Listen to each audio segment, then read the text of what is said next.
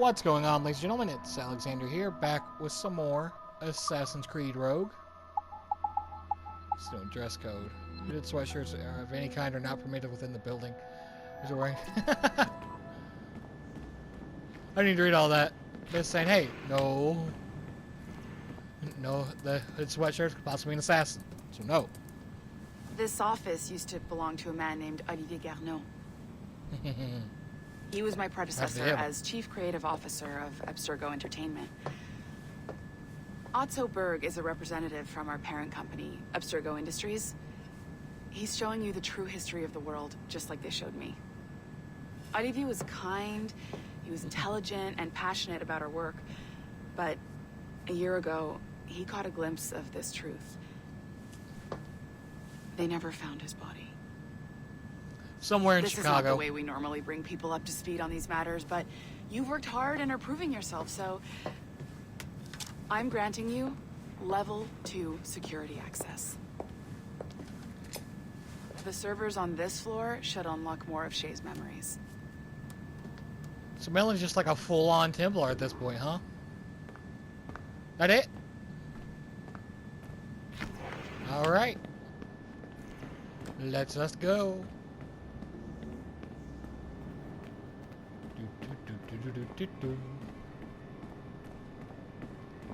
I'm just guessing this is the way to go. Seems correct. And through here. Let's get our next servers restored.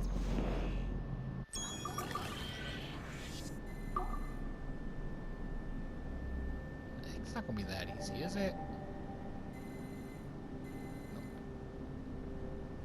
Okay, there we go. It is that easy.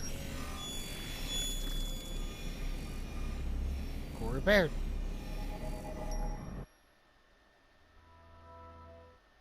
Francois Macandal saved Baptiste from slavery and inducted him into his so-called brotherhood.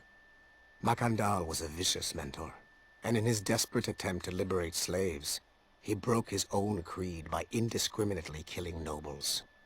Misguided as they are, some assassins are honorable.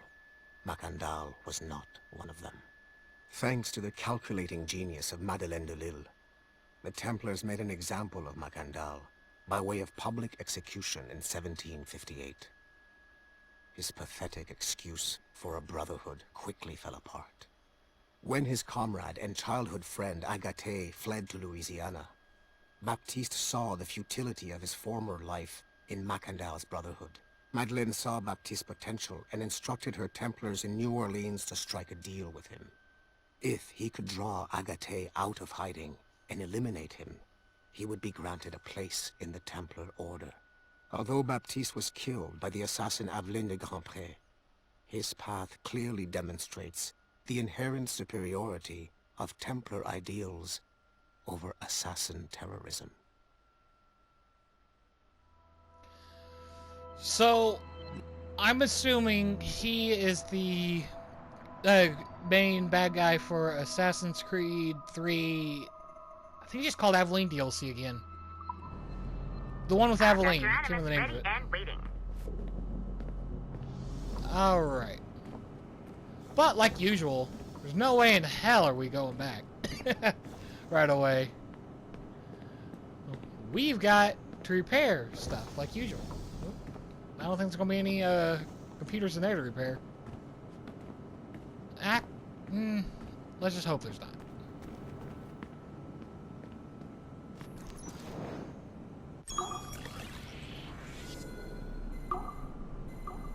That's a blame beam splitter.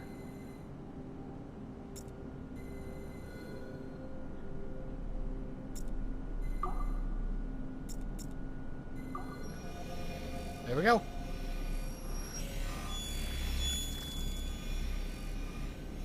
Core repaired. The first civilization entity known as Juno re-emerged from the Grand Temple in New York in December 2012. Although no longer a corporeal being, she exists as a kind of digital consciousness somewhere in the Abstergo cloud. To accomplish her goals in the real world, Juno uses two types of people. The first is another precursor consciousness that emerges in a human being at random. This person is commonly known as a sage. Main person from 4. Juno also holds sway over a group of disciples Main called bad the guy, Instruments of the First Will, I would say. who believe it is humanity's natural role to serve the first civilization. Abstergo is currently using the First Will as a cheap and hands-off way of acquiring pieces of Eden and other relics. However, I suspect that the reverse is also true, that they are using our resources to locate objects that will help them further their own goals. I do not trust them, but for now, all I can do is have DaCosta monitor their activities. Juno's motives are unclear. Although she has made one attempt to possess a corporeal body, she appears to be more powerful as a digital entity. Agent DaCosta fears that should humanity ever achieve singularity, a fusion of humanity and machines, Juno would become unstoppable. Ironically, it is Abstergo itself which is driving civilization in that direction. All right. Now, can we go in and fix Melanie's computer? I mean, she's not there. Ah. Phooey. Let's see, bad cop. Ah. Well, back down to our floor.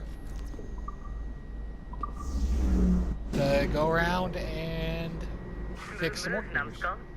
I've got the next set of Shay's memories loaded up and ready to go. We are nearly there. Know that you are aiding a worthy cause, even if you do not yet know what it is. Y'all are new. I'm just saying that Violet didn't have to yell at us for not fixing the elevator before she did. Oop, that's gonna be a new area we can access.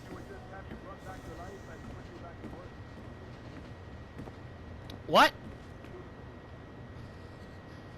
They got resurrection technology here? And it's high ammo. Connor. I think we should focus on George Washington rather than Connor. Washington and the Wolf has a nice ring to it. Take part in the unlikely friendship between America's most revered hero, General George Washington, and a sullen Mohawk native named Connor. Stirring tale of violence, revenge, and betrayal set during the earliest years of the American Revolution. George Washington Weekend franchise. I don't know that we'd get more than one feature out of Connor. Plus, don't even get me started on his wife or the way he died. What a mess. Wait, how did Connor die? I need to know. I need to know what all that was about.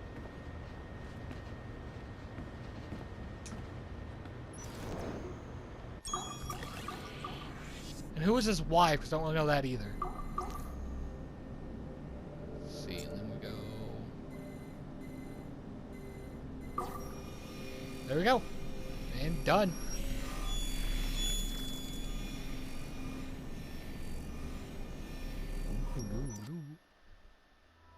Given the nature of our current investigation, I have been looking at other assassins who, despite themselves, have helped the Templar cause. The first is Clay Kazmarek, who infiltrated Warren Vidick's Animus project in Rome. He became the project's Subject 16. Kazmarek's rich ancestry helped Vidick to identify the Renaissance assassin Ezio Auditore as a person of interest.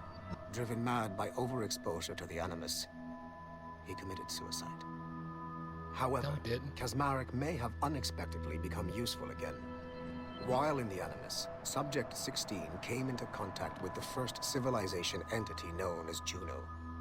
Perhaps studying his bizarre Animus experiences can help us find a way to deal with the looming threat Juno promises. With Subject 16 out of the picture, Vidick needed a replacement. Desmond Miles, a runaway assassin, was captured in September 2012 and was used as Animus Subject 17 to further the search for an Apple of Eden. He managed to escape and uncovered an imminent threat to the planet. A solar flare similar to the one that wiped out the precursor race over 75,000 years ago. Desmond Miles also reactivated a first civilization temple in New York and used it to save the world, but it cost him his life. Abstergo recovered his body. In death, Desmond Miles became Sample 17, and his valuable genetic data was uploaded to the cloud servers in order to benefit all branches of Abstergo. Whether they live or die, we must continue to find ways to make the assassins work for us. So, what they're telling me is that in the span of, let's see, September to November, that's one. No, September to October, that's one. Then October, 3 months, the events of Assassin's Creed 1, 2, 3, Revelations, and Brotherhood all happened. Wow. Talk about a busy time.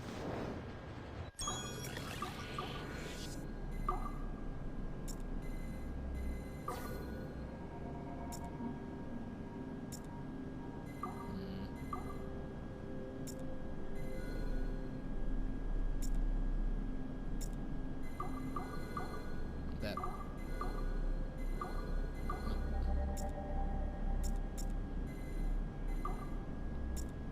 There and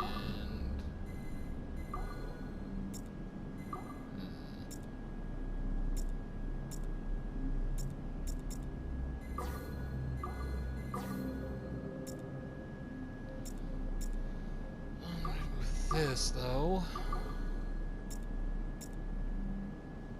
Let's move this.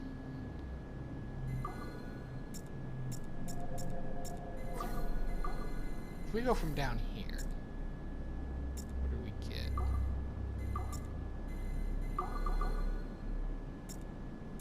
Get those covered. Then that one's...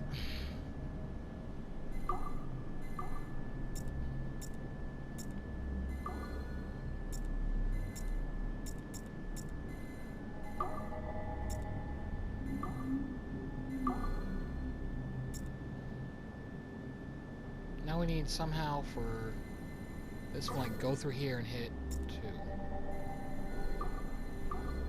If I go here, that there.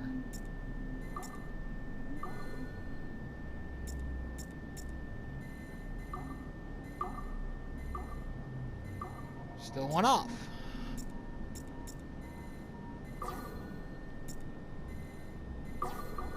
Okay, that lights up there. Leaves that other area vulnerable. That lights up there. There's no way to get those in. Lights up there. Okay, so that's definitely not the right position.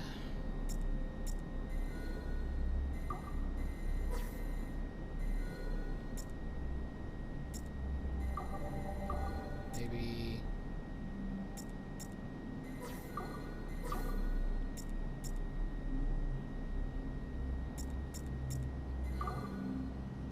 I really don't understand this.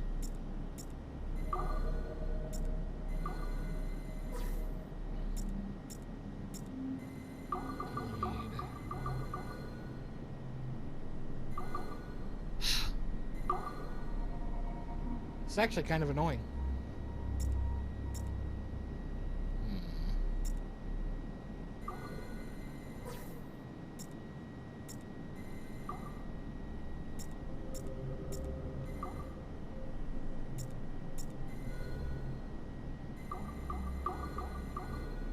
Okay, those need to be lined up. I got that. So that does that. So it's definitely those like that, which means this middle one 100% has to go here. Wait.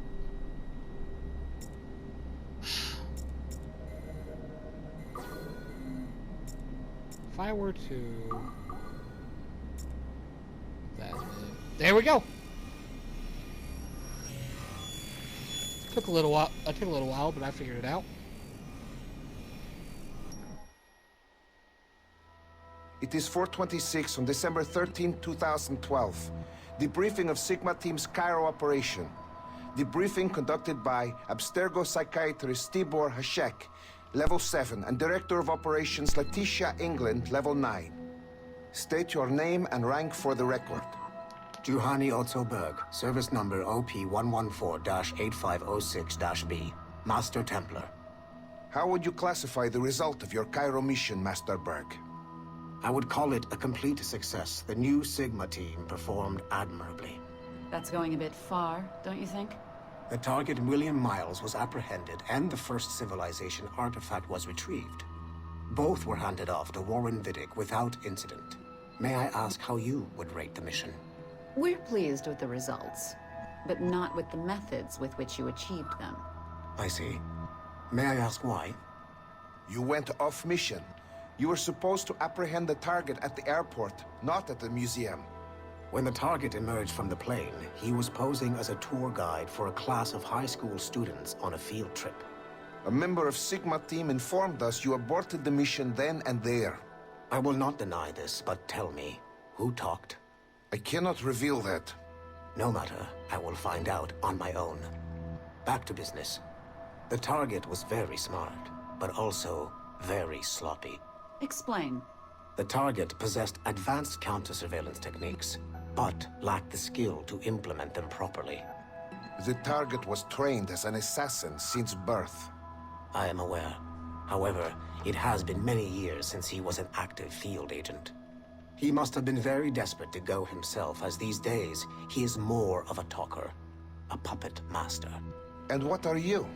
A predator. A predator who defied orders because of the presence of some schoolgirls. I prefer to think of myself as one who can choose the most opportune time to strike. The last time I followed orders to the letter was in Florence. That did not end well for anyone. Was it that? Or did the students perhaps remind you of your daughter? I separate my work and personal life completely. Your daughter's recovery has been remarkable. I do hope her progress continues. Please, don't. I beg your pardon. I find your attempt to threaten my child vulgar and unnecessary. Explain. Abstergo's pharmaceuticals have given my child a chance at a life free from pain. And I have at last found what I believe to be my calling in life. And for that, we expect obedience. For that you have my loyalty. The involvement of the children in Egypt compromised the original mission. Nothing more. We already have one Master Templar that we can barely control. I don't like the idea of having two loose cannons out there. With all due respect to Master Cross, while he is gifted, he is mentally disturbed.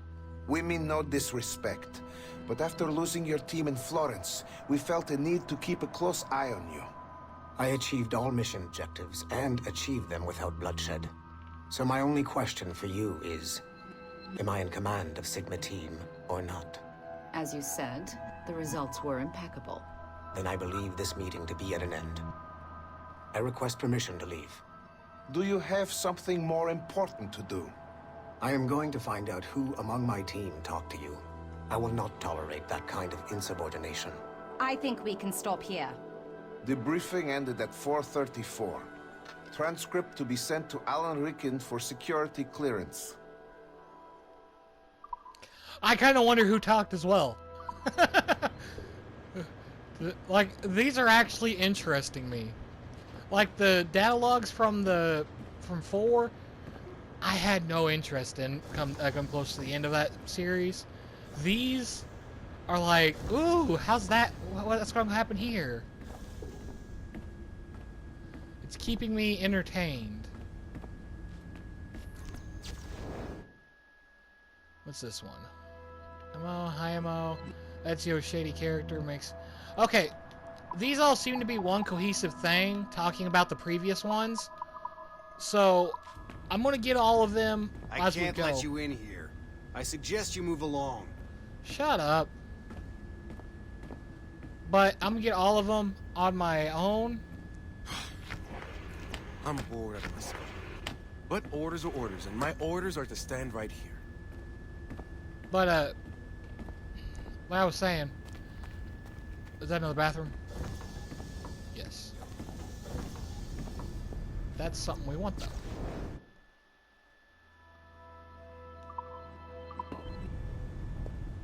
But yeah,